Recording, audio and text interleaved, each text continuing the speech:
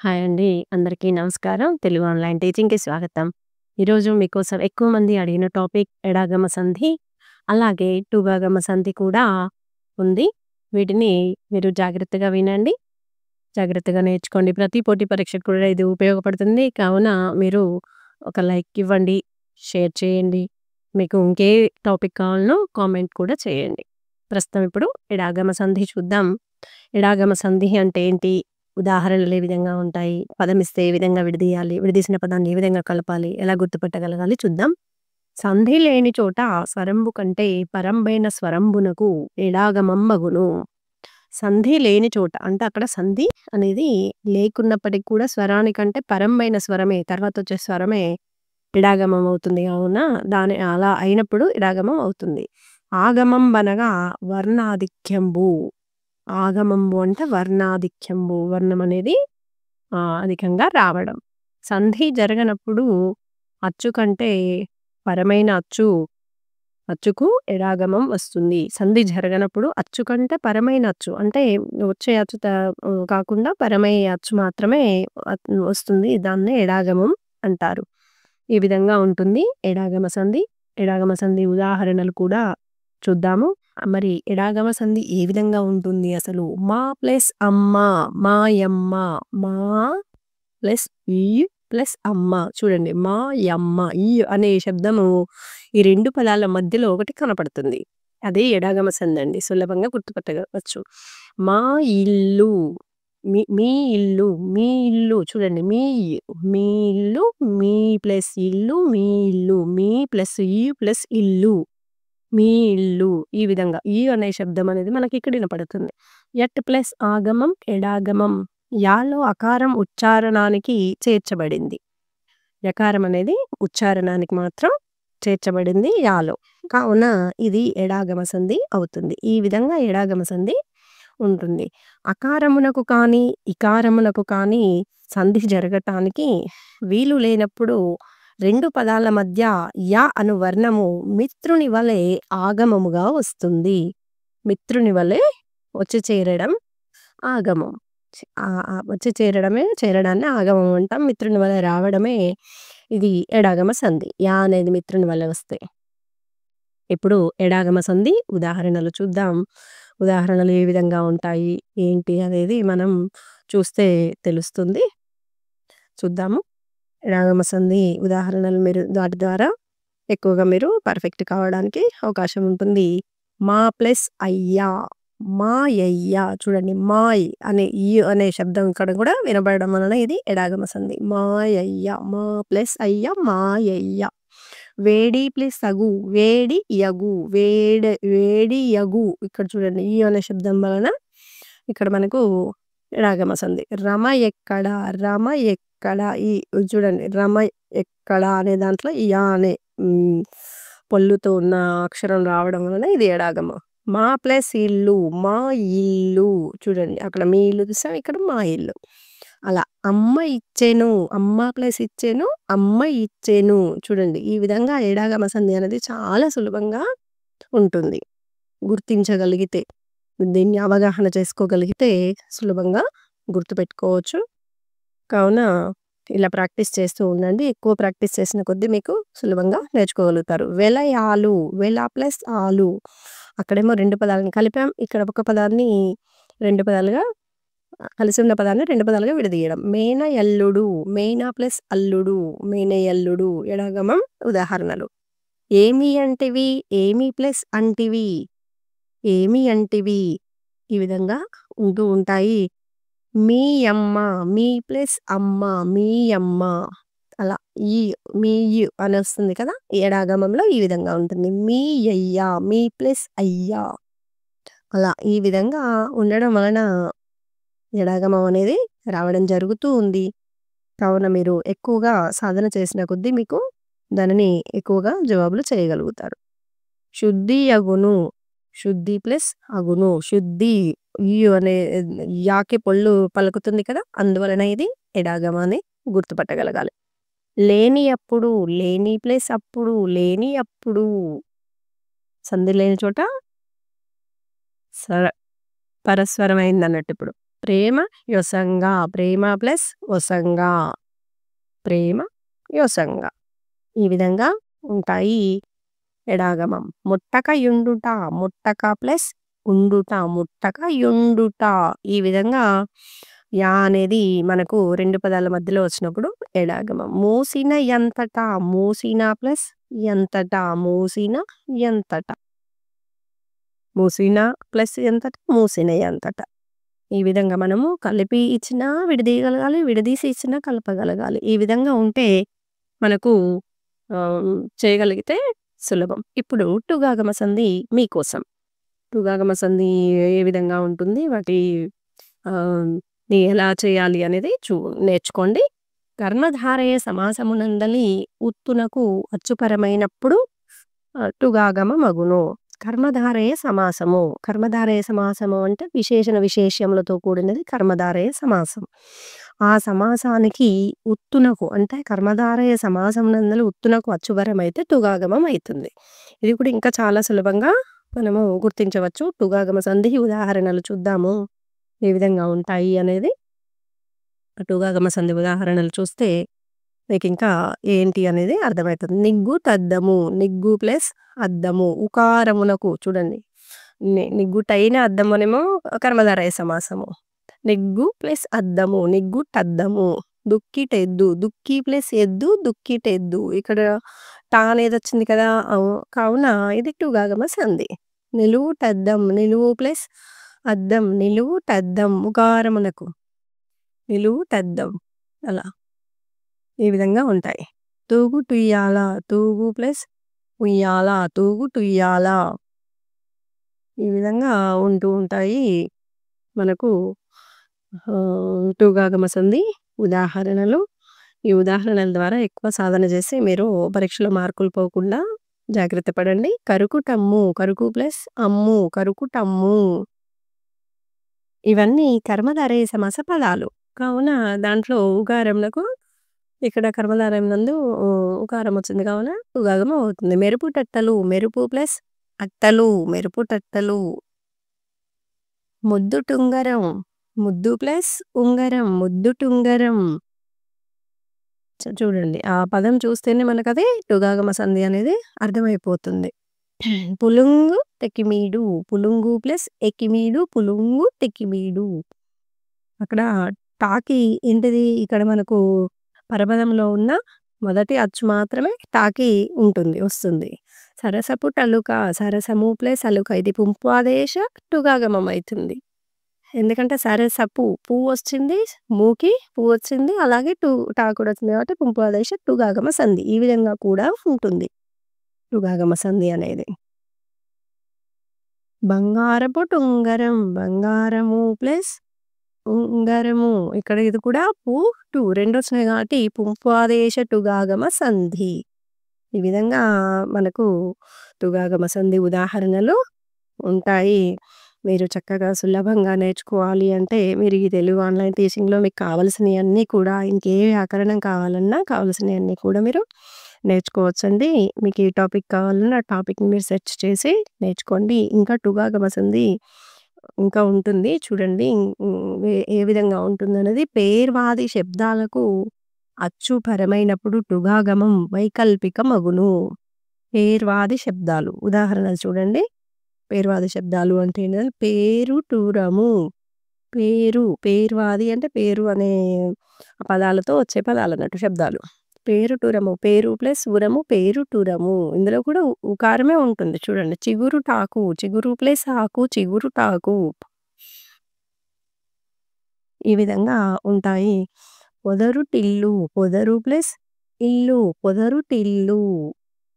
ఈ విధంగా ఎంత సులభంగా ఉన్నాయో చూడండి. మీరు ఒకసారి వీటిని గమనిస్తే చాలా సులభంగా చేయగలుగుతారు. ఇప్పుడు ఇంకా మీకోసం ఈరోజు ఇంకా మీకోసం ఒక పొడుపు కథ. పొడుపు కథలు వినండి. ఆలోచన శక్తిని పెంచుకోండి. జవాబును కూడా మీరు ఊహించండి. అదే అవునో కాదో తెలుసుకోండి. మొగ్గగా ఉన్నప్పుడు మీ చేతిలో ఉంటా. పువ్వునైతే మీ తల మీద ఉంటా. మొగ్గగా ఉన్నప్పుడు మీ చేతిలో ఉంటా. పువ్వునైతే మీ తల మీద ఉంటా. నేనెవరిని? గుర్తొచ్చిందా అండి? మొగ్గగా ఉంటే చేతిలో. పువ్వునైతే తల మీద.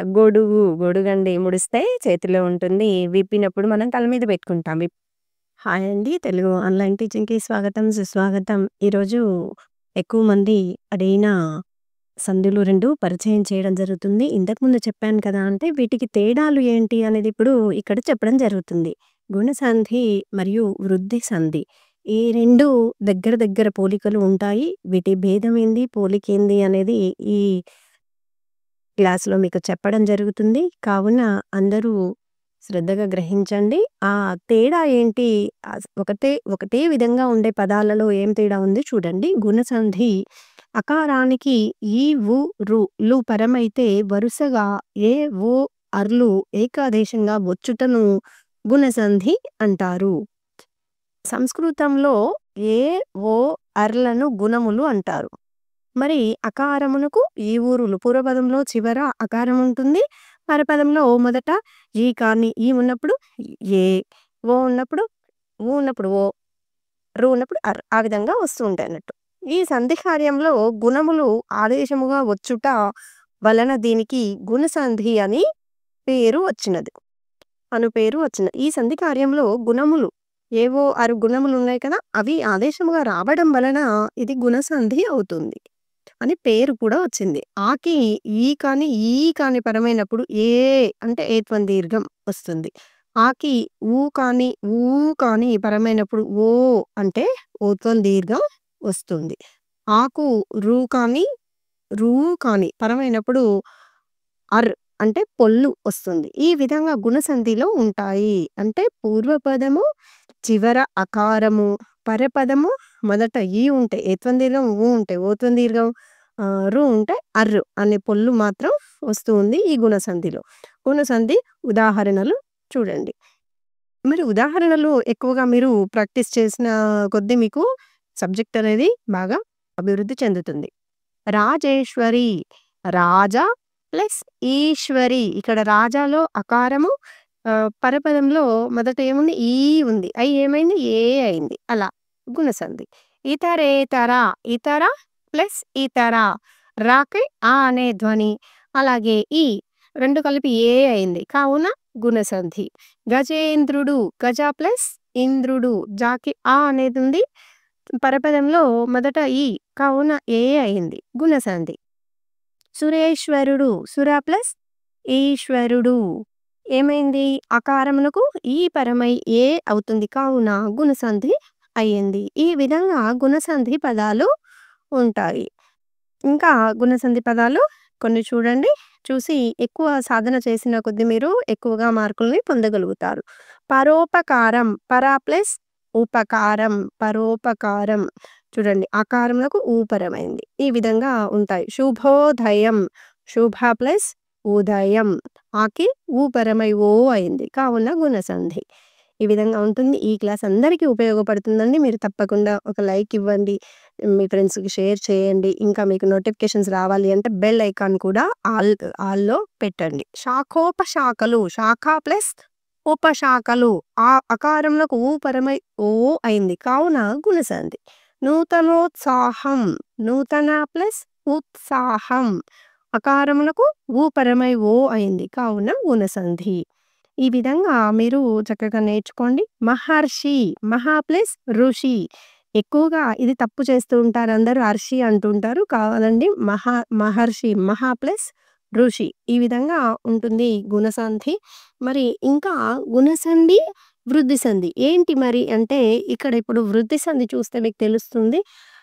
గుణసంధి ఈ విధంగా ఉంటుంది. వృద్ధి సంధి ఈ విధంగా ఉంటుంది. దగ్గర పోలికలతో అనేది మీరు ఏ విధంగా ఇప్పుడు విడివిడిగా గుర్తుపెట్టుకోవాలో అర్థమవుతుంది. జాగ్రత్తగా వినండి. అకారానికి ఏ ఐలు పరమైతే ఐకారము, ఓ ఔలు పరమైతే ఔకారము, లు పరమైతే ఆర్. అక్కడనేమో అర్, ఇదేమో ఆర్. ఆదేశమవుటను వృద్ధి సంధి అంటారు. గుణసంధిలోనేమో అర్, ఇక్కడనేమో వృద్ధి సంధిలో ఆర్. అలా ఈ విధంగా రావడాన్ని మనం వృద్ధి సంధి అంటాం. మరి సంస్కృతంలో ఐ, ఔ, ఆర్లను వృద్ధులు అంటారు. ఐ, ఔ, ఆర్ అనే ధ్వనులను వృద్ధులు అంటారు సంస్కృతంలో. ఇక్కడ వృద్ధి సంధి అనేది చూడండి ఏఐలు పరమైనప్పుడేమో ఐఏ వస్తుంది. ఓఐలు పరమైనప్పుడు ఔ వస్తుంది. రురువులు పరమైనప్పుడు అర్రు వస్తుంది. ఆర్ వస్తుంది. అర్ వస్తే గుణసంధి, ఆర్ వస్తే వృద్ధి సంధి. ఈ సంధిలో వృద్ధులు ఆదేశమౌట వలన దీనికి వృద్ధి సంధి అని పేరు. వృద్ధి సంధి అని ఎందుకొచ్చిందంటే ఇందులో వృద్ధులు ఆదేశమవుతాయి ఈ సంధిలో. కావున వృద్ధి సంధి అని పేరు. అకారమునకు ఏ కాని, ఐ కాని పరమైనప్పుడు ఐ వస్తుంది. అప్పుడు ఐత్వం. ఈ విధంగా ఉంటుంది. అకారములకు ఓ కాని, ఔ కాని పరమైనప్పుడు ఔత్వం. ఔ, ఔత్వం. ఔ అంటే ఔత్వం అన్నట్టు. ఈ విధంగా రావడం. అకారములకు రు కాని, రు కాని పరమైనప్పుడు ఆర్ అంటే దీర్ఘం పొల్లొస్తుంది. దీర్ఘంతోటి వస్తుంది. ఇది ఉదాహరణ ఏంటో చూస్తే మీకు అర్థమవుతుంది సులభంగా. వృద్ధి సంధి ఉదాహరణలు చూడండి. ఉదాహరణలు ఎక్కువగా సాధన చేస్తూ ఉండండి. ఎక్కువ మార్కులు పొందడానికి అవకాశం ఉంటుంది. ప్రతి పోటీ పరీక్షకు కూడా ఉపయోగపడుతుందండి. సందేహమే లేదు. ఈ ఛానల్‌లో మీకు కావాల్సిన ప్రతి క్లాసులు కూడా వ్యాకరణం క్లాసులు ఉంటాయి. మీరు సెర్చ్ చేసి చూసుకోవచ్చు సబ్స్క్రైబ్ చేసి. వసుధైక వసుధ ప్లస్ ఏక చూడండి. అకారమునకు ఏ పరమై ఐ అయింది. కావున వృద్ధి సంధి. భువనైక భువన ప్లస్ ఏక అకారమునకు ఏ పరమై ఐ నై అయింది కదా అలా ఉంటే వృద్ధి సంధి. అష్టైశ్వర్యం అష్ట ప్లస్ ఐశ్వర్యం అకారమునకు ఐ పరమైంది ఇక్కడ. ఐ పరమై అష్టైశ్వర్యం కావున వృద్ధి సంధి. అఖండైశ్వర్యం అఖండ ప్లస్ ఐశ్వర్యం ఇక్కడ అకారములకు ఐ పరమై ఐ అయింది కావున వృద్ధి సంధి. చూడండి ఈ విధంగా మనకి వృద్ధి సంధికి గుణ సంధికి సులభంగా తేడా అనేది గుర్తించగలుగుతారు. వనౌషధి వన ప్లస్ ఓషధి అకారములకు ఓ పరమై ఔ అయింది కావున ఇక్కడ ఇది వృద్ధి సంధి అవుతుంది. పాపౌఘము పాప ప్లస్ ఓఘము చూడండి. పాప ప్లస్ ఓఘము అకారములకు ఓ పరమై ఔ అయింది కావున వృద్ధి సంధి అవుతుంది. రసౌచిత్యం రసౌచిత్యం రస ప్లస్ ఔచిత్యం అకారమునకు ఔ పరమై ఔ అయింది కావున ఇది వృద్ధి సంధి. దేశౌన్నత్యం దేశ ప్లస్ ఔన్నత్యం దేశ ప్లస్ ఔన్నత్యం చూడండి అకారమునకు ఔ పరమై ఔ అయింది కావున వృద్ధి సంధి. రుణార్ణం రుణార్ణం చూడండి. ఆర్ అనేది మనకు దీర్ఘంతో కూడిన పొల్లొచ్చిందిగా. రుణం ప్లస్ రుణం రుణార్ణం ఈ విధంగా వృద్ధి సంధి ఉంటుంది. అందరికీ నమస్కారం. తెలుగు ఆన్లైన్ టీచింగ్‌కి స్వాగతం. ఈరోజు మీకోసం ఎక్కువ మంది అడిగిన మంచి టాపిక్‌తో ఈరోజు మీకు క్లాస్ చెప్పడం జరుగుతుంది. అది త్రిక సంధి మరియు చూడండి ఇత్వ సంధి. ఏంటి మరి ఇది స్పెషల్ టాపిక్ ఆల్రెడీ చెప్పడం జరిగింది కదా! అంటే ఇప్పుడు ఇంకా మీరు దీంట్లో క్లియర్‌గా చెప్పడం జరుగుతుంది. ఇంతకుముందు త్రిక సంధిని పూర్తిగా చెప్పలేదు. ఇప్పుడు పూర్తిగా చెప్పడం జరుగుతుంది. కావున అందరూ ఉపయోగించుకోండి. ఇది ప్రతి పోటీ పరీక్షకు కూడా ఉపయోగపడుతుందండి. కావున అందరూ ఉపయోగించుకోండి. త్రిక సంధి సూత్రములు ఆ, ఈ, ఏ, లు అనే సర్వనామాలు త్రికములు అంటాము. అలాగే త్రికము మీద అసంయుక్త హల్లుకు ద్విత్వం బహుళంగా వచ్చును. త్రికము మీద త్రికము అంటే ఏంటి? ఆ, ఈ, ఏ దీని మీద అసంయుక్త హల్లు అంటే ద్విత్వం బహుళంగా వస్తుంది. మరి మూడవది చూస్తే ద్విరుక్తమైన హల్లు పరమైనప్పుడు ఆచికమైన దీర్ఘానికి హ్రస్వం వస్తుంది. ఈ 3 విధాలు ఏ విధంగా ఉంటాయి అనేది మీరు ఇక్కడ గమనించవచ్చు. అలాగే పూర్తిగా చూడండి. ఈ వీడియోని మీకు నచ్చితే లైక్ చేయండి. అలాగే మీ ఫ్రెండ్స్‌కి షేర్ చేయండి. సబ్స్క్రైబ్ మాత్రం మర్చిపోకండి. ఆల్‌లో కూడా పెట్టండి. మీకు నోటిఫికేషన్ రాగానే వీడియో పెట్టగానే నోటిఫికేషన్ వస్తుంది. ఉదాహరణలు చూడండి. మీకు ఉదాహరణల ద్వారా ఎక్కువగా సాధన చేయగలుగుతారు. ఎక్కువ సాధన చేస్తే మీకు మంచి మార్కులు వస్తాయి. చూడండి. అకాననము అనే పదాన్ని ఆ ప్లస్ కాననము అని విడదీయాల్సి ఉంటుంది. చూడండి. ఇచ్చోట ఈ ప్లస్ చోటు ఇచ్చోటు ఈ ప్లస్ చోటు. ఎవ్విధము ఏ ప్లస్ విధము. ఈ విధంగా విడదీయవలసి ఉంటుంది. ఆ, ఈ, ఏ అనేవి త్రికములు. అంటే ఇది ఒకటి సూత్రం ద్వారా ఇది చెప్పడం జరుగుతుందన్నట్టు. ఈ విధంగా ఉంటుంది 1వ సూత్రం ఆధారంగా చేసుకొని. విడదీయడం గాని, వీటిని కలపడం గాని. అలాగే రెండవది చూద్దాము. త్రికము మీద అసంయుక్త హల్లులకు కా, చో, వి ద్విత్వం. అంటే ద్విత్వం అంటే ఒక హల్లుకు అదే హల్లు వస్తుంది కదా! కా, చో, వి బహుళంగా వచ్చును. మరి బహుళము అంటే ఏంటో ఇక్కడ మీరు చూడండి. ఓకేనా?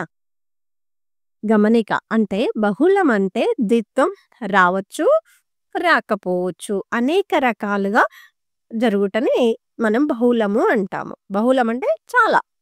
అనేక. అనేక రకాలుగా జరుగుట బహుళం. అంటే ద్విత్వం రావచ్చు, రాకపోవచ్చు. ఆ విధంగా చూడండి. ఏ విధంగా అంటే ఆ ప్లస్ కాకి కావస్తుంది చూడండి. కాననము. ఆ ప్లస్ కాననము. ఈ ప్లస్ చోటు. ఈ ప్లస్ చోటు. చూడండి. మనం ద్విత్వం పలకాల్సి ఉంటది. ఈ విధంగా అయినా ఉంటుంది, ఆ విధంగా అయినా ఉంటుంది. ఏ ప్లస్ విధము. ఏ ప్లస్ విధము. ఈ విధంగా. అంటే మీరు ఈ రెండవ సూత్రం ప్రకారం అంటే ఒక్కొక్కసారి ద్విత్వం రావచ్చు, ఒక్కొక్కసారి రాకపోవచ్చు. బహుళంగా వస్తుందన్నట్టు. మూడవది చూద్దాం. విరిక్తమైన హల్లు పరమైనప్పుడు ఆచికమైన దీర్ఘానికి అంటే ఆ, ఈ, ఏ లు అ, ఈ, ఏ హ్రస్వంగా మారుతాయి. అనే హ్రస్వాలుగా మారుతూ ఉంటాయి అన్నట్టు. అంటే ఇక్కడ దీర్ఘాలు హ్రస్వాలుగా మారుతాయి. ఆ, ఈ, ఏలు అనే దీర్ఘాలు హ్రస్వాలుగా మారుతూ ఉంటాయి. ఇది మూడవ విధానం. చూడండి. అకాననము అయినా అవ్వచ్చు. అకా ఆకాననము అయినా అవ్వచ్చు. ఈ చోటు అనొచ్చు. ఈ చోటు అని కూడా అనొచ్చు. అంటే ఇక్కడ ఆచికమైన దీర్ఘానికి ఇక్కడ ఏమైంది? హ్రస్వాలుగా మారినాయి. ఎవ్విధము, ఏ విధము అట్లా.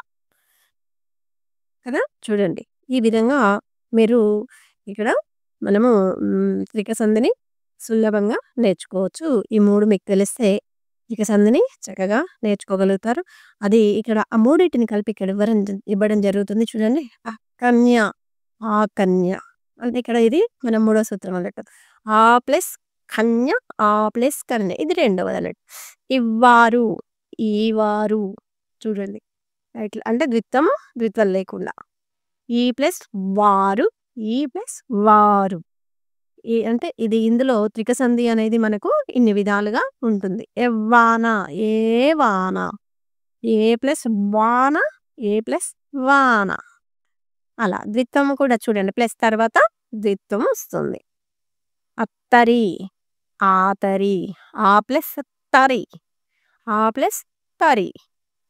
అట్లా ద్విత్వంతో, ద్విత్వం లేకుండా. ద్విత్వం లేకుండా అంటే దీర్ఘం వస్తుంది. ద్విత్వం వచ్చినప్పుడు దీర్ఘం లేకుండా ఉంటుందన్నట్టు. అలా. దీర్ఘంతో, దీర్ఘం లేకుండా. ఇమ్మహాత్ముడు, ఈ మహాత్ముడు. ఈ ప్లస్ మహాత్ముడు, ఈ ప్లస్ మహాత్ముడు. చూడండి. దీర్ఘం వచ్చినప్పుడు ద్విత్వం ఉంటుంది. ఒక్కొక్కసారి దీర్ఘం ఉన్నప్పుడు ద్విత్వం లేకుండా కూడా ఉంటుంది. ఇన్ని రకాలుగా ఉంటుంది. ఇప్పుడు ఇత్వ సంధి చూడండి. ఇత్వ సంధి కూడా మీరు ఇంతకుముందు కూడా చెప్పడం జరిగింది. ఇక్కడ ఇంకా క్లియర్‌గా ఎక్కువ సాధనలతోటి ఎక్కువ అభ్యాసం ప్రాక్టీస్ చేసే విధంగా ఉంటుంది. కావున అందరూ సబ్స్క్రైబ్ చేయండి, లైక్ చేయండి, కామెంట్ మీకు నచ్చినప్పుడు మీకు నచ్చిన చాప్టర్ ఇంకేది కావాలనో, టాపిక్ ఏది కావాలనో కామెంట్‌లో చెప్పండి. ఇత్వ సంధి ఏంటి అంటే ఏం యాదుల ఇత్తునకు సంధి వైకల్పికముగా వస్తుంది. ఏం యాదులు అంటే ఏంటి? అవి, అది, ఇవి, ఇది, ఏది, ఏవి, ఏమి పదాలనేవి ఏమ్యాదులు అంటాం. ఉదాహరణలు చూస్తే అవున్నాయి. అవి ప్లస్ ఉన్నాయి. అవి ప్లస్ ఉన్నాయి. ఇక్కడ చూడండి. అవి అనే పదం వచ్చింది. ఏమంటివి? ఏమి ప్లస్ అంటివి. ఏమంటివి. ఈ విధంగా విడదీయాల్సి ఉంటుంది. కలిపేది కూడా చూడండి. ఏమి ప్లస్ అంటివి ఏ విధంగా కలపాలి? ఏమంటివి. అంటే ఎటిచ్చినా మీరు చేయగలిగే విధంగా ఉండాలండి. ఇదేమిటి? ఇది ప్లస్ ఏమిటి? ఇదేమిటి? అందరికీ అర్థమవుతుందనుకుంటాను. ఎందుకంటే ఇంతకంటే సులభంగా మీకెక్కడ ఉండదండి. ఇంత సులభంగా మీకెక్కడ ఎవరు చెప్పరు. క్రియాపదములందు ఇత్తునకు సంధి వైకల్పికమగును. క్రియాపదము పనిని తెలియజేసే పదాలు క్రియలు. ఇత్తునకు సంధి వైకల్పికమగును. వైకల్పికము అంటే ఏంటి? సంధి కార్యం ఒకసారి జరుగుట, మరొకసారి జరగకుండుట వైకల్పికం. మరి బహుళము అంటే అనేక విధాలు, పలు విధాలు బహుళము అంటే. వైకల్పికం ఇక్కడ ఒకసారి జరగటం, ఒకసారి జరగకపోవటం. ఉదాహరణలు వచ్చిరిప్పుడు, వచ్చిరి ప్లస్ ఇప్పుడు. చూడండి, వచ్చిరి ప్లస్ ఇప్పుడు, వచ్చిరిప్పుడు. ఈ విధంగా ఉంటుంది. కలిపినప్పుడు, విడదీసినప్పుడు. వచ్చిరి ఇప్పుడు అనేది చూడండి, ఇది వచ్చిరి ప్లస్ ఇప్పుడు. యాకు గుడి అని మనం రాస్తాం కదా, అది ఇలా వచ్చినప్పుడు మాత్రం ఇది సంధి జరగదు. అది ఇచ్చినదేమిటి, ఇచ్చినది ప్లస్ ఏమిటి. ఇక్కడ సంధి జరిగింది. సంధి జరగకుండా ఉన్నప్పుడు ఏ విధంగా ఉంటుంది అంటే ఇచ్చినది ఏమిటి. యాకేత్వం దీర్ఘం వచ్చింది. ఇచ్చినది ప్లస్ ఏమిటి. ఒకసారి జరగకుండడం. అర్థమైంది అనుకుంటాను. ఒకసారి జరగడం, మరొకసారి జరగకపోవడం. యా అనే పదంతో వచ్చినప్పుడు జరగలేదని అర్థం. వైకల్పికం అంటారు దీనిని. ఇది ఎక్కువగా ఎడాగమంలో కూడా కనిపిస్తూ ఉంటుంది. మధ్యమ పురుష క్రియల యందు ఇత్తునకు సంధి నిత్యము. మధ్యమ పురుష, మరి మీకు పురుషులు తెలియాలి. మధ్యమ పురుష అంటే మీకు 3 పురుషులు తెలిస్తేనే ఇవి మధ్యమ పురుషేందో తెలుస్తుంది. నిత్యం అంటే ఏంటి? తప్పకుండా సంధి కార్యం జరుగుట. నిత్యం అంటే తప్పకుండా సంధి కార్యం జరగడం. పురుషులు 3 అండి. ఆ టాపిక్ కూడా ఇక్కడ నేను ఈ ఛానల్లో చెప్పడం జరిగింది. ఆ టాపిక్ కూడా మీకు డౌట్ ఉంటే చూడండి ఒకసారి. ఉదాహరణలు వచ్చితి వపుడు, వచ్చితివి ప్లస్ అప్పుడు, వచ్చితి వపుడు. చూడండి, మధ్యమ అంటే చూసితి వపుడు, చూసితివి ప్లస్ అప్పుడు. ఎదుటివారి గురించి తెలియచేసేది మధ్యమ పురుష అన్నట్లు. పాడితివెందుకు, పాడితివి ప్లస్ ఎందుకు. ఎదుటివారిని ఉద్దేశించి చెప్పే క్రియలనే మధ్యమ పురుష క్రియలు అంట. చదివితివెందుకు, చదివితివి ప్లస్ ఎందుకు. ఇంగ్లీష్లో సెకండ్ పర్సన్ అంటారండి ఇది. మధ్యమ పురుష అంటే చదివితివి ప్లస్ ఎందుకు. ఏడ్చితివి ప్లస్ ఏడ్చితివెందుకు, ఏడ్చితివి ప్లస్ ఎందుకు. అంటే మనము కల్పమన్నా కరెక్ట్గా కలపగలగాలి, విడదీయమన్నా కరెక్ట్గా విడదీయగలగాలి. ఆ విధంగా మీరు సంధిలో నేర్చుకుంటేనే మీకు మార్కులు అనేవి ఎక్కువగా పొందగలుగుతారు. కావున మీరు ఈ ఛానల్ని బాగా ఉపయోగించుకోండి. మంచి సబ్జెక్ట్ నేర్చుకోండి. మంచి ఉన్నత స్థాయికి ఎదగండి. త్వార్థంబు, చూడండి, కాకితావత్తు. త్వార్థంబైన ఇత్తునకు సంధి లేదు. త్వార్థం అంటే ఏంటి? భూతకాలిక ఇకారాంత అసమాపక క్రియలు. ఇకారాంత అసమాపక క్రియలు. అసమాపక క్రియలు రకరకాలుగా ఉంటాయి. కానీ ఇక్కడ ఇకారాంతం అంటే చివరలో ఇకారం వచ్చే అసమాపక క్రియ. సంధి లేని కారణంగా ఎడాగమము వచ్చును. మరి సంధి లేదు అంటే ఏంటి అంటే అక్కడ ఎడాగమము వస్తుంది. నేను ఇంతకుముందు చెప్పానుగా మీకు యా అనేది ఎక్కువగా ఎడాగమంలో వస్తుంది. ఉదాహరణలు చూడండి. వచ్చి ఇచ్చేను, వచ్చి ప్లస్ ఇచ్చేను. యా అనేది వచ్చింది ఇక్కడ, ఇది ఎడాగమం అన్నట్టు. అది ఇకారాంత వచ్చినప్పుడు ఇందులో ఇత్వసంధం. చేసి అనేను, చేసి ప్లస్ అనేను.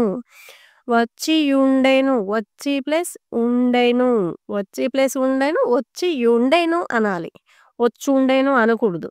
అలా తిట్టి ప్లస్ ఉండేను, తిట్టి ఉండేను అనాలి. తిట్టుండేను అనకూడదు.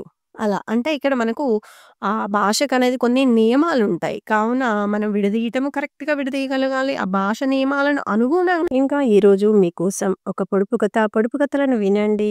మీ ఆలోచన శక్తిని పెంచుకుంటూ వాటి జవాబులేంటో మీరు ఊహించి అదే అవుదోనో కాదో ఒకసారి చెక్ చేసుకోండి. నా పేరులో సగం తీస్తే నా విలువ రెట్టింపు అవుతుంది. నేనెవరో తెలుసా? చెప్పుకోండి చూద్దాం. నా పేరులో సగం తీస్తే నా విలువ రెట్టింపు అవుతుంది. రూ. 1. అర్థమైందా అండి? అర్ధ తీసేస్తే రూపాయి. అర్ధ అంటే 50 పైసలు. రూపాయి అంటే రూ. 1.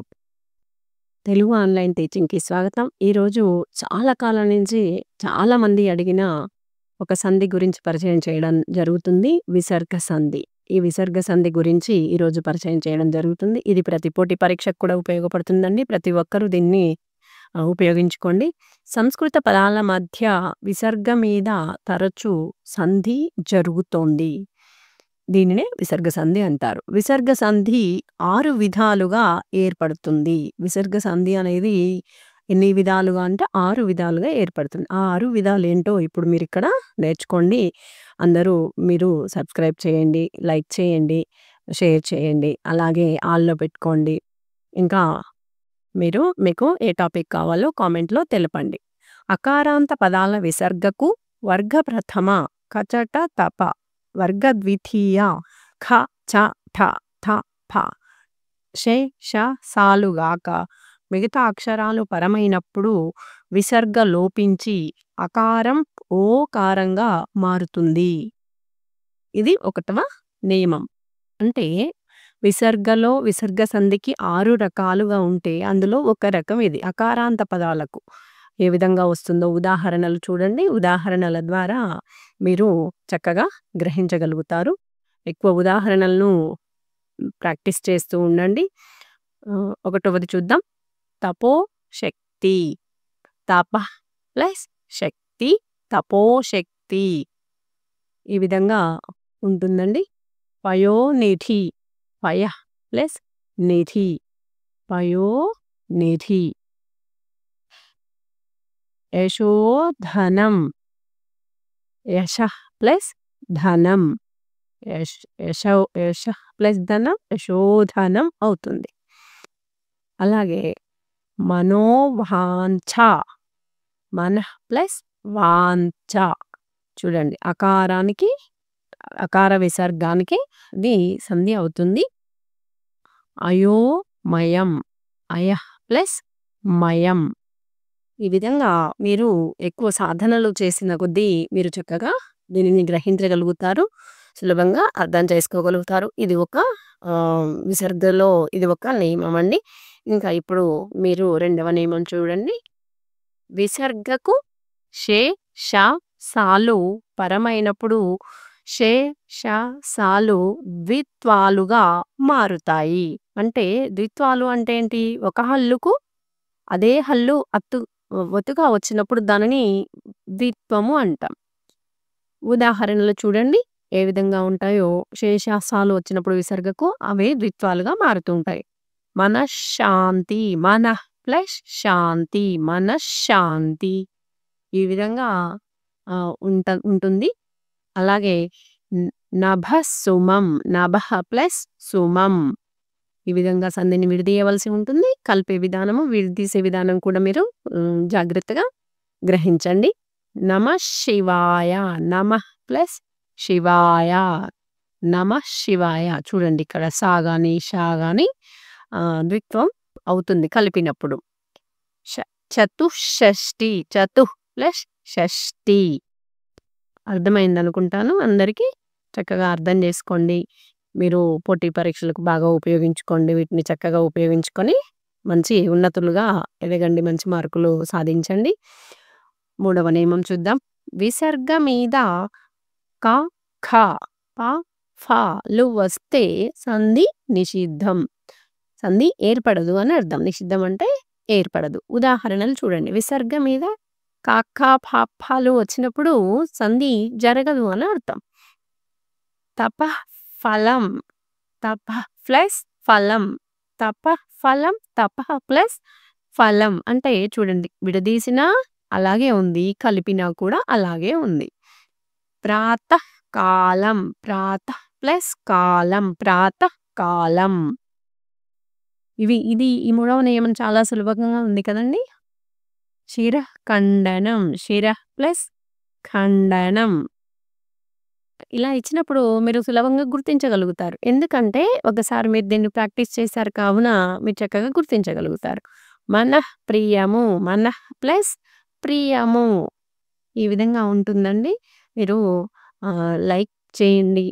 ఈ వీడియోని లైక్ ఇవ్వండి. అలాగే మీ ఫ్రెండ్స్‌కి షేర్ చేయండి. మీరు కూడా సబ్స్క్రైబ్ చేసుకొని ఆల్‌లో పెట్టుకుంటే మీకు వీడియో పెట్టగానే క్లాస్ మీకు నోటిఫికేషన్ వస్తుందండి. కావున మీరు తొందరగా చూసుకునే అవకాశం ఉంటుంది. చక్కగా సబ్జెక్ట్ మీరు నేర్చుకోగలుగుతారు. 4వ నియమం చూద్దాం. అంతః, దుః, చతుః, అశీః, పునః మొదలైన పదాలకు వర్గ ప్రథమ, ద్వితీయాక్షరాలు శేషాసాలుగాక మిగతా అక్షరాలు కలిస్తే విసర్గ రేఫ అంటే ర్‌గా మారుతుంది. చూడండి. ద్వితీయ వర్గ ప్రథమ అక్షరాలంటే కచట తప. ద్వితీయ అక్షరాలంటే ఖ, ఛ, ఠ, థ, ఫ. అలాగే శేషాలు కూడా. శేషాసాలు కూడా. ఏ విధంగా ఉంటాయో ఉదాహరణలు చూద్దాం. ఉదాహరణలు చూస్తే ఇంకా సులభంగా మీరు గ్రహించగలుగుతారు. ఎక్కువ ఉదాహరణలను మీరు సాధన చేస్తూ ఉండండి. ఒక్క మార్క్ కూడా పోకుండా మీరు చేయగలుగుతారు. ఆశీర్వాదం. ఆశీర్వాదం. చూడండి. వాదం. ప్లస్ వాదం ఆశీర్వాదం. అనేది ఇక్కడ వస్తుంది. అంతరాత్మ. అంతః ప్లస్ ఆత్మ. అంతరాత్మ. అనే ధ్వని వస్తుంది కదా! ఇది విసర్గకు సంబంధించింది. విసర్గ సంధి. ధనుర్మాసం. ధనుః ప్లస్ మాసం. ధనుర్మాసం. ఈ విధంగా ఉంటుందండి. ఇది కూడా మీకు సులభంగానే గ్రహించగలుగుతారు మీరు. దుర్ముహూర్తం. దుః ప్లస్ ముహూర్తం. దుః ప్లస్ ముహూర్తం. దుర్ముహూర్తం. చూడండి. చాలా సులభంగా మీరు నేర్చుకోగలుగుతారు. పునరాగమనం. పునః ప్లస్ ఆగమనం. పునరాగమనం. పునరాగమనం. చూడండి. ఇక్కడ కూడా అనే ధ్వని పలుకుతూ ఉంది. ఈ విధంగా విసర్గ సంధి అనేది 4వ నియమం ఉంటుంది. ఇప్పుడు తర్వాతది చూద్దాం. మీరు ఎక్కువ సాధన చేస్తూ ఎక్కువ మార్కులు సాధించడానికి ప్రయత్నం చేయండి. మీకు కాన్సెప్ట్ అర్థమైతే మీరు ఎలాంటి ప్రశ్న ఇచ్చిన సాధన ద్వారా చక్కగా చేయగలుగుతారు. 5వ నియమం చూద్దాం. ఇస్, ఉస్‌ల విసర్గకు క, ఖ, ప, ఫలు పరమైతే విసర్గ షకారంగా మారుతుంది. ఉస్‌లకు చూడండి. ఉస్ ఏ విధంగా ఉంటుంది చూడండి. ఉదాహరణలు 5వ నియమం యొక్క ఉదాహరణలు చూస్తే మీరు సులభంగా గ్రహించగలుగుతారు. ధనుష్కోటి. ధను ప్లస్ కోటి. ధనుష్కోటి అంటే ఇక్కడ అనేది ఇక్కడ మనకు పలికినట్టుగా ఉకారం ఉంది కదా! అన్నట్టు. నిష్ఫలము. ప్లస్ ఫలము. ఇక్కడ నిష్ఫలము. అనేది వస్తుంది కదా! అలా ఇక్కడ అనే ధ్వని. దుష్కరము. దుః ప్లస్ కరము. దుష్కరము. ఇక్కడ కూడా ఉకారం ఉన్నప్పుడు ఉన్నప్పుడు ఈ విధంగా పలుకుతూ ఉంది విసర్గ సంధి. బహిష్కారం. బహి ప్లస్ కారం. బహిష్కారం. చూడండి. ఈ విధంగా షకారంగా మారుతూ ఉంది. అలాగే ఇప్పుడు 6వ నియమం చూద్దాం. 6వ నియమం ద్వారా మీరు విసర్గ సంధిని పూర్తిగా నేర్చుకోగలుగుతారు. మీరు చక్కగా ఇది నేర్చుకొని విసర్గ సంధి కూడా గతంలో అడిగిన ప్రశ్నలు కూడా ఉన్నాయి. కావున చక్కగా గ్రహించండి. ఈ కాన్సెప్ట్ నేర్చుకోండి. మీరు సాధన ద్వారా ఎక్కువగా మార్కులు పొందగలుగుతారు. విసర్గకు చ, ఛలు పరమైతే షకారం. ట, ఠలు పరమైతే షకారం. త, థలు పరమైతే సకారం వస్తాయి. చూడండి. చ, ఛ, షే. ట, ఠ, ష. త, థ, స. ఈ విధంగా వస్తాయి అన్నట్టు. అవి పరమైనప్పుడు శేష, సాలు వస్తాయి. ఉదాహరణలు చూడండి. ఏ విధంగా ఉంటుంది అనేది ఉదాహరణ ద్వారా మీరు చక్కగా గ్రహించగలుగుతారు. నిస్తేజము. ప్లస్ తేజము. నిస్తేజము. ఇక్కడ ఏమొచ్చింది? తాకి సా వచ్చింది. తేజము. అంటే నిస్తేజము. మనస్తాపం. ప్లస్ తాపం. ఇక్కడ తాకి సా వచ్చింది. ఉండడం వలన పరమైనప్పుడు. దుశ్చేష్టితము. ప్లస్ చేష్టితము. ఇలా మీరు 6 నియమాల ద్వారా చక్కగా మీరు నేర్చుకోండి.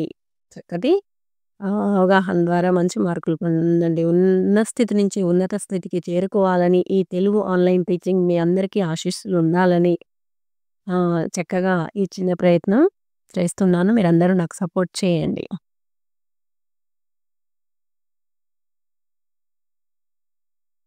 అందరికీ నమస్కారం. ఈరోజు తెలుగు ఆన్‌లైన్ టీచింగ్‌కి స్వాగతం, సుస్వాగతం. ఇంకా మీకు 2 సందులను పరిచయం చేయడం జరుగుతుంది. ఈరోజు రుగాగమ సంధి మరియు యనాదేశ సంధి.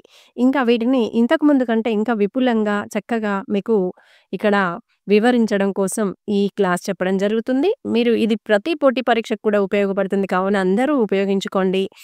చక్కగా తెలుగులో మంచి మార్కులు తెచ్చుకోవడం కోసం చేసే ఈ చిన్న ప్రయత్నమే ఈ తెలుగు ఆన్‌లైన్ టీచింగ్.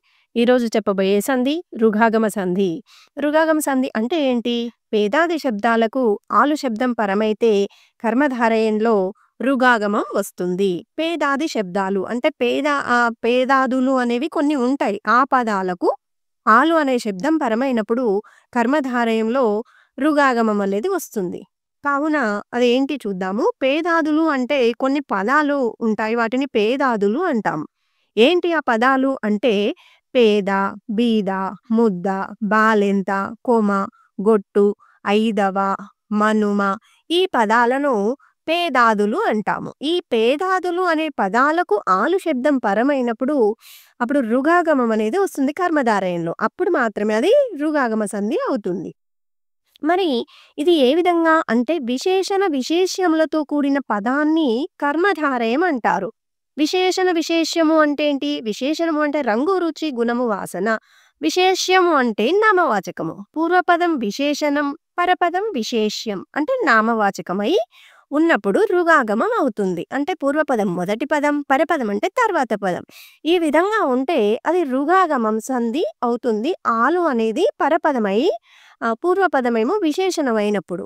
మరి పూర్వపదంలో పేద, బీద, ముద్ద, బాలెంత అనేవి ఉంటాయి పేదాదులు. ఇప్పుడు ఆ విధంగా అవి ఏ విధంగా వస్తాయో చూడండి. ఈ సంధి ఉదాహరణలు. ఉదాహరణలు చూడడం ద్వారా మీకు చాలా అవగాహన ఏర్పడుతుంది. చక్కగా ఎలాంటి పదాన్ని ఇచ్చినా మీరు చేయగలుగుతారు. పేద ప్లస్ ప్లస్ ఆలు. పేద అనేది చూడండి ఇది విశేషణం. ఆలు అనేది నామవాచకం. కావున ఇది పేదరాలు అయింది.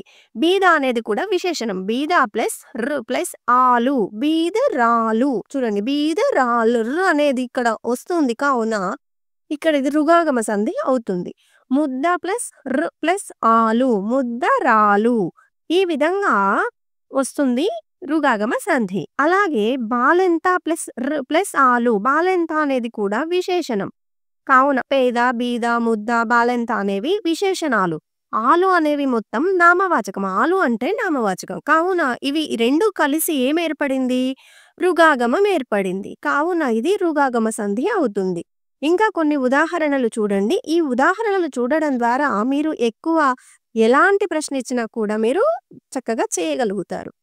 కొమ ప్లస్ ఆలు. కొమరాలు అంటే ఇక్కడ కొమ అనేది కూడా ఏంటి అంటే ఇది విశేషణం. ఆలు అనేది నామవాచకం. గొట్టు ప్లస్ ఆలు. గొట్టురాలు. గొట్టు అనేది కూడా ఇక్కడ మనకు విశేషణం.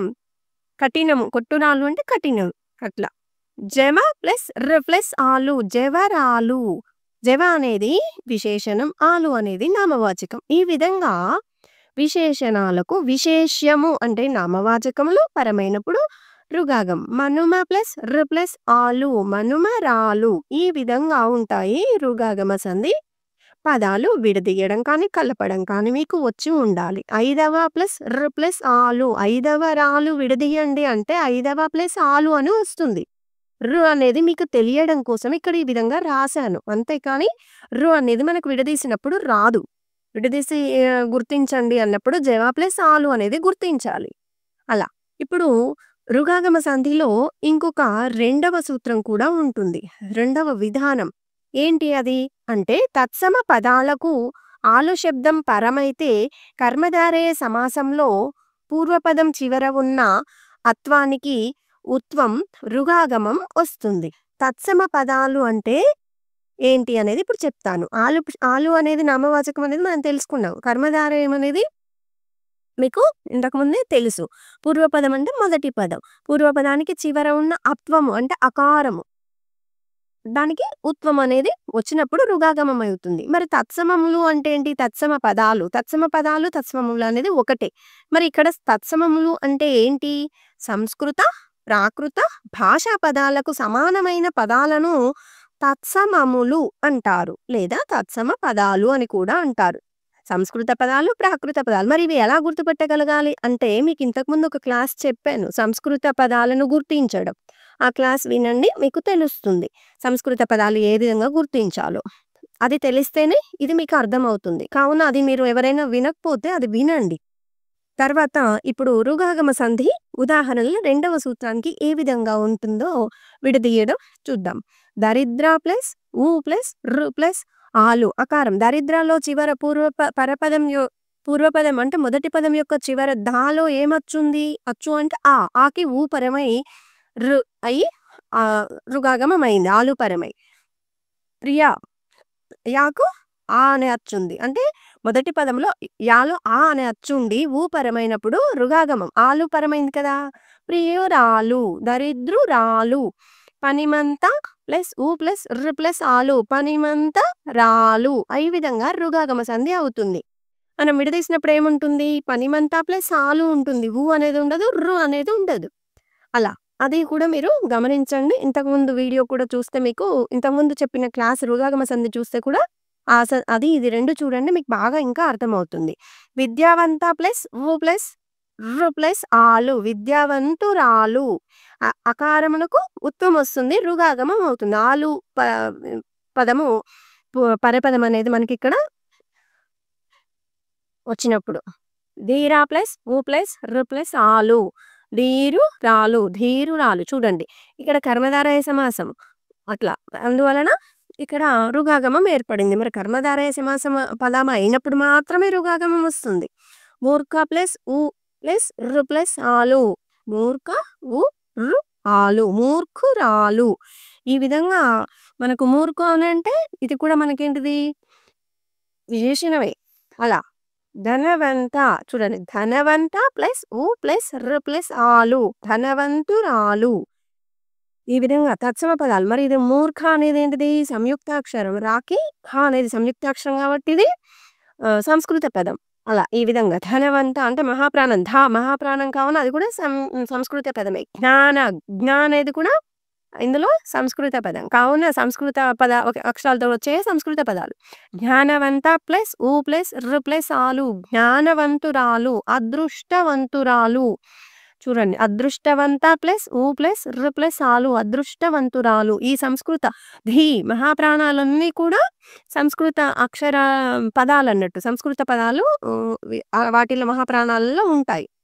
కావున మీరు అలా గుర్తుపట్టగలగండి.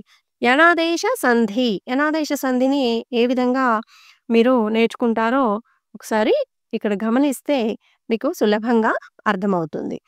ఇక్కులకు అసమానమైన అచ్చులు పరమైనప్పుడు ఎన్నులు ఆదేశమగుట యనాదేశ సంధి అంటారు. ఇక్కులు అంటే ఏంటో మీకు తెలియాలి. ఇక్కులకు అసమానమైన అచ్చులు పరమైనప్పుడు ఎన్నులు ఆదేశమగుట యనాదేశ సంధి. మరి ఇక్కులు అంటే ఏంటి? ఎన్నులు అంటే ఏంటో మీరు ఇప్పుడు చూడండి. ఎందుకంటే ఇక్కులు అనేవి ఒక 3 అక్షరాలను ఇక్కులు అంటారు. ఏంటి అవి? ఈ ఊ రులను ఇక్కులు అంటారు. ఇక్కులు అంటే ఇక్కడ మనకి ఇక్కులు బదులు ఈ ఊరులకు అసమానమైన అచ్చులు పరమైనప్పుడు ఎన్నులు ఆదేశమగుట యనాదేశ సంధి అని కూడా అనొచ్చు అన్నట్టు. అంటే ఇక్కడ మీరు ఇక్కులు అని ఎందుకు ఇచ్చానంటే మీకు ఆ పదం కూడా మీకు ఎప్పుడైనా ఈ వాక్యం కూడా పరీక్షలో వచ్చే అవకాశం ఉంటది. రాలను సంస్కృతంలో ఎన్నులు అంటారు. అంటే ఈ ఊరులకు అసమానమైన అచ్చులు పరమైనప్పుడు యావారాలు ఆదేశమగుట యనాదేశ సంధి. ఆ విధంగా కూడా చెప్పవచ్చు. కానీ మీకు ఇక్కడ ఎన్నులు తెలియాలి, ఇక్కులు తెలియాలి అని మీకు ఈ విధంగా సూత్రాన్ని ఇవ్వడం జరిగింది. కావున మీరు జాగ్రత్తగా గ్రహిస్తే మీరు ఏ విధంగా ఇచ్చినా గానీ పరీక్షలో మీరు మంచి మార్కులు సాధించగలుగుతారు. యనాదేశ సంధి ఉదాహరణలు. యనాదేశ సంధి ఉదాహరణలు ఏ విధంగా ఉంటాయో చూడండి. ప్రత్యక్షము. ప్రతి ప్లస్ అక్షము. ఏంటి? ప్రతి అంటే ఇక్కడ చూడండి, మొదటి పదంలో ఈ అనేది ఉంది. ఈకి ఈ పరం కాలే అంటే ఈకి అసమానమైన అచ్చు అంటే ఈ కాకుండా ఏదైనా అచ్చు పరమైనప్పుడు యా అనేది వచ్చింది ఇక్కడ. అభ్యున్నతి. అభి ప్లస్ ఉన్నతి. ఇకారమునకు ఉకారము పరమైంది. కానీ యా వచ్చింది. అభ్యున్నతి వచ్చింది చూడండి. అత్యంతము అతి ప్లస్ అంతము. ఇకారమునకు అతి అంటే మొదటి పదము చివర ఈ వచ్చింది. తర్వాత పదం రెండవ పదము మొదటి అచ్చు అక్షరము ఆ వచ్చింది.